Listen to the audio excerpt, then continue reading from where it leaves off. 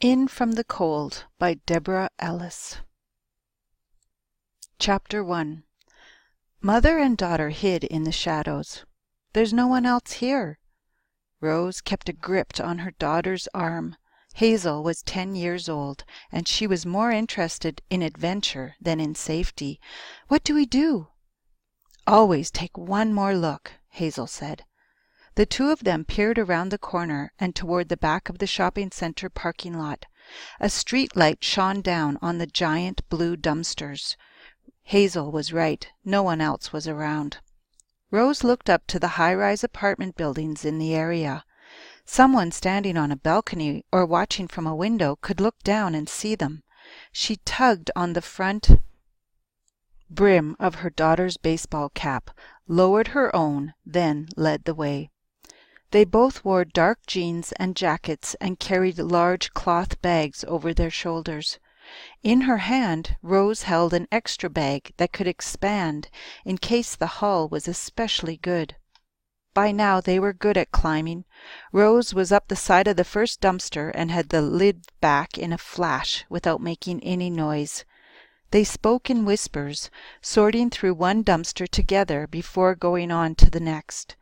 Hazel often wanted to split up, but Rose was too afraid of what she might find. People threw things in dumpsters that they hoped would never be seen again. "I see bread," Hazel said. "Whole wheat?" "White, I think." "Take it for now. They'd throw it away later if they found something healthier." Rose put apples and oranges into her bag, along with a battered box of fruit roll-ups and some kind of cereal. The next dumpster gave them a carton with half a dozen eggs, only one was broken, and some cottage cheese that had only just expired. "Look!" Hazel held up a large Toblerone chocolate bar. It looked to be in perfect shape, except for the torn wrapper. Hazel added it to her bag. "Shh! Someone's coming!"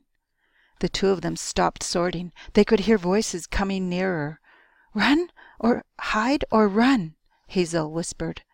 Rose could not decide. She and Hazel always found a lot of free food in these dumpsters, but the neighborhood was full of people with nothing to do. Bored people could be dangerous. She hesitated too long. The voices were now right outside their dumpster.